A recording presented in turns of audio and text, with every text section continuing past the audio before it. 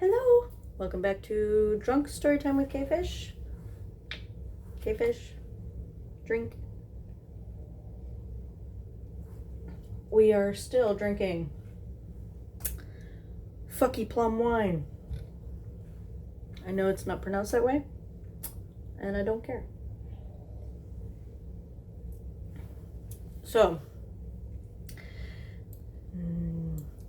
now we are going to read from Abandon Hope, All Ye Who Enter Here by Fyre. And we have, let's see,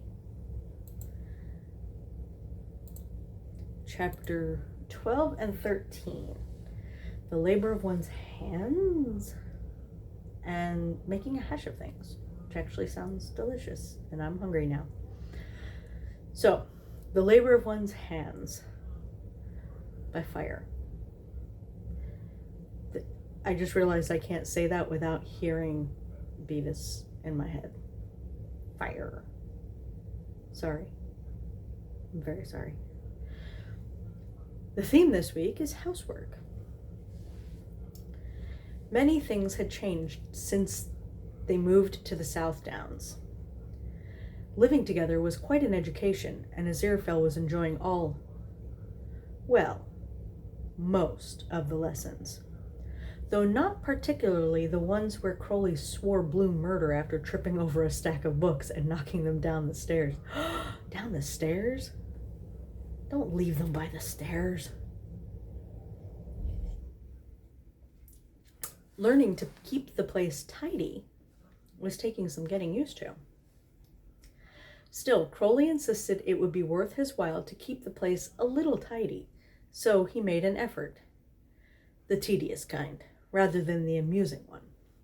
Under Crowley's watchful eyes, he relocated all his books to the large library that took up the entirety of the living room and looked comfortably like the bookshop. The demon sprawled on the couch, wrapped, as Aziraphale rolled up his sleeves and set to work.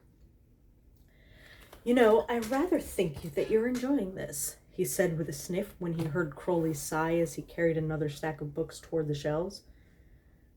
"Can you blame me?" Aziraphale made a mew. I know what that word means. I've never said it out loud. Moo, mew, mo. He made a something. "Hardly fair, is it? Eyeing me like the help while you lounge around like a king in his castle." Crowley grinned, showing a glint of pointed teeth. "Turnabout. Next nice day we have." Aziraphale huffed, though he had to admit the thought of Crowley in the sun, working in the garden, was rather lovely. England being what it was, the weather didn't cooperate for several days, and he had almost forgotten until he heard music inexplicably blasting from the front of the house. He considered his tea and crumpet, then the golden sunlight, then the crumpet. Oh, for heaven's sake! Taking his plate and crumpet with him, he hurried through the hall and out the open front door into the courtyard, whereupon he promptly dropped the plate, crumpet, and all. Oh, good Lord! Crowley, bent over the bonnet of the Bentley and foamy to the wrists, threw a sultry look over his very bare shoulder. His entire body was spattered with white froth, and there was a great deal of it on display. All but the rather shockingly and impressively tiny little shorts that rode up as he bent and lathered the car again. Aziraphale made a hoarse sound, running his finger along the inside of his collar. The demon sauntered around the car, all but draping himself across it like the floozy he liked to think he was, rising on his toes, bracing on knee, reaching up and letting the water cascade down. Oh my God, is this a music video? And somehow Aziraphale went from the front step to both hands on those invitingly pert little buttocks. Crowley laughed, doing that rather nimble little twitching thing of his hips and buttocks. That's hardly eyeing the help, is it? The angel hooked his thumbs over the waistband of those little shorts and dragged them down.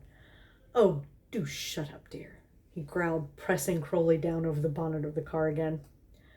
Some very damp time later, Crowley squirmed under him. Snoo, he murmured, his cheek still pressed against the gleaming black metal. Aziraphale stroked his side, bubbles still clinging to his skin. The demon's smirk was visible at the corner of his mouth. Never had a threesome before. Crowley! I have to assume he means the Bentley.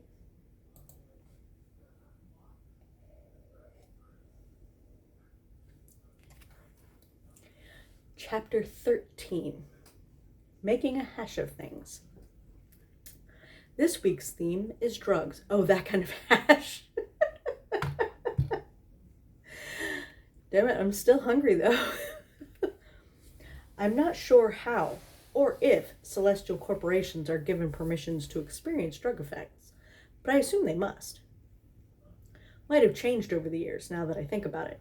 Does heaven change their policies over time? So there you go.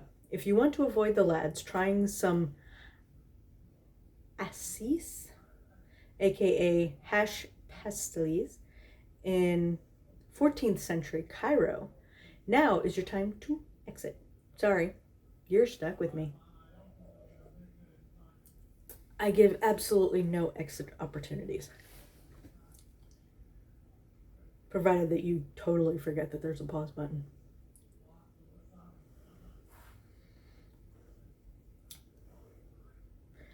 I assume that they would have to. They would have to be able to feel the effects, because otherwise, how do they feel the effects of alcohol? Aziraphale licked some of the powdery residue from his fingertips. Curious flavor, he decided, leaning back on his divan. Though I don't see what all the fuss is about. Crowley picked another small block up, eyeing it. Well, there must be something about it. Why would they get all worked up over it otherwise? Oh, you know humans, Aziraphale said airily, popping another block of assis into his mouth. If they can't complain about something, they'll make something up about something.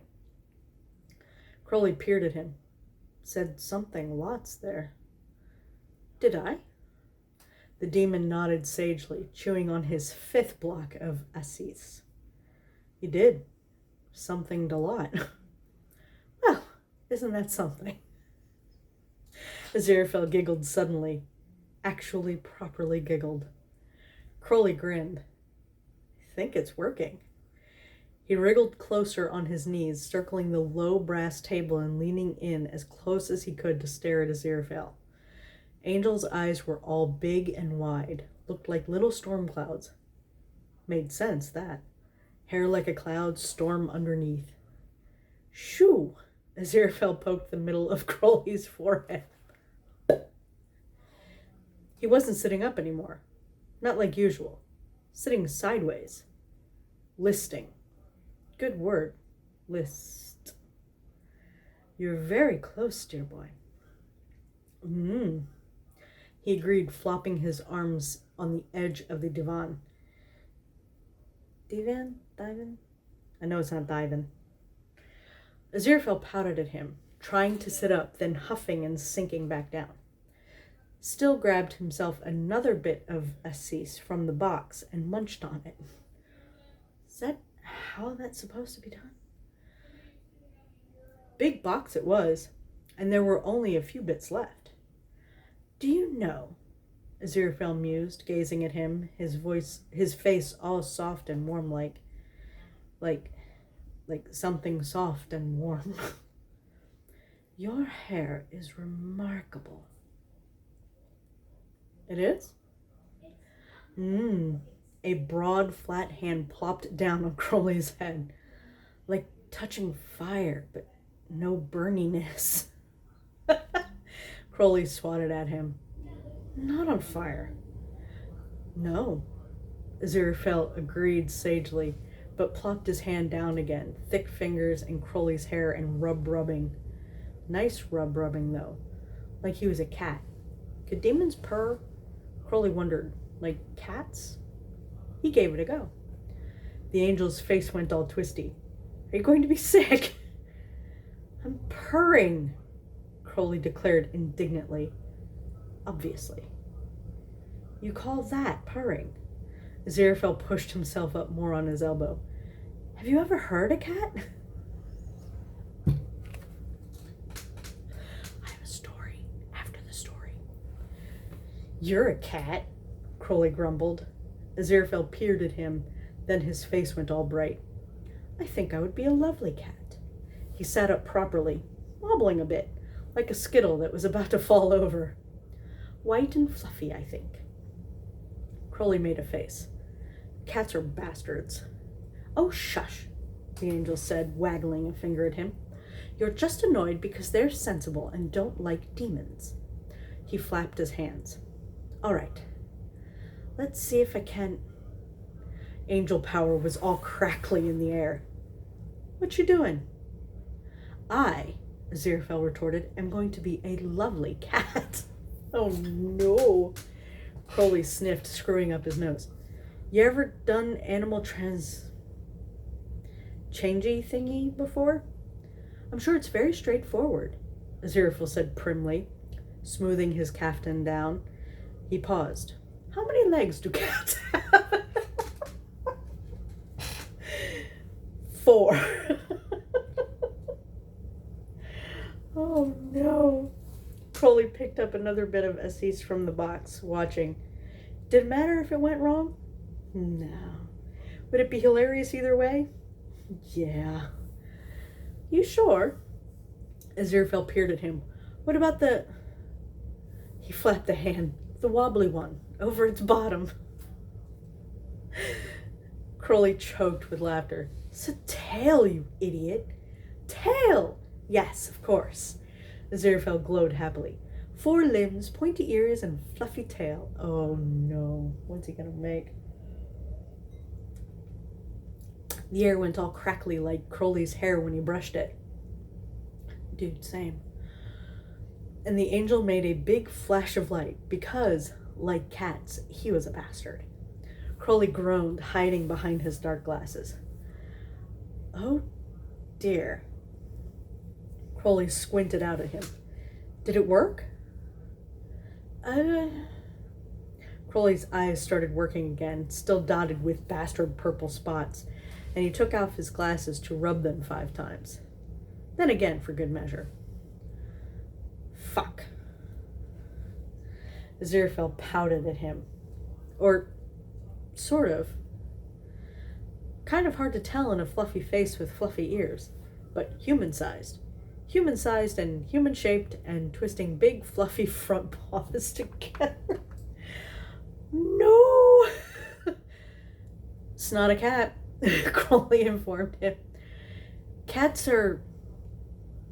He held out a hand. So big. It's not a cat. Aziraphale shifted uncomfortably. Ah, but... He reached behind him and something went rip. A huge, floofy thing appeared behind him. 4 limbs, tail, and ears. Cat. Crowley stared at him.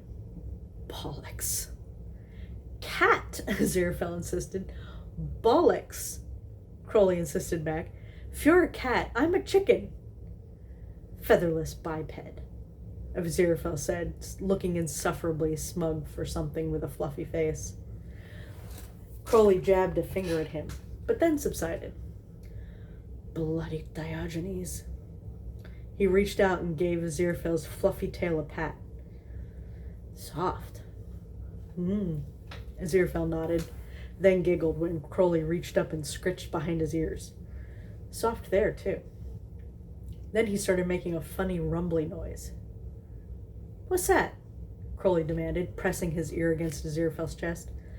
That, Aziraphale said smugly, is purring. Oh my God, that's so funny. That's funny. But I have to say, I have to tell this story because I cried laughing. My mom loves bears. Black bears. Brown bears. Doesn't matter. And we were all in the car, me and my mom and her husband and my kids. And we were driving around in the mountains up in Georgia. And I saw a bear. Like on the side of the road. It was just a little bear. And the mom bear behind. And I went to like pull back around so that way everybody could see this bear, right? And while we were doing this, my mother was talking to my 8-year-old and said something about bears and that she likes bears and all this. And she made this sound. And she was like, bears growl like this. And she made this sound that was not a bear. And I just started I had to pull over. Like, not for good, but I had to slow down and like stop for a second because I just could not stop laughing. And I was like, I have never been more sure than this very moment that you have never heard what a bear sounds like. So as soon as he said, have you ever heard a cat? Because it's pretty much exactly what I said to my mom. Have you ever even heard a bear? Oh my God. So that is exactly how that conversation would go. Have you ever heard that, animal? So, so that made me laugh. So that was chapter 12 and 13. The labor of one's hands and making a hash of things, which I'm still hungry. From Abandoned Hope, all ye who enter here by Fyre. Thank you for joining me. Bye.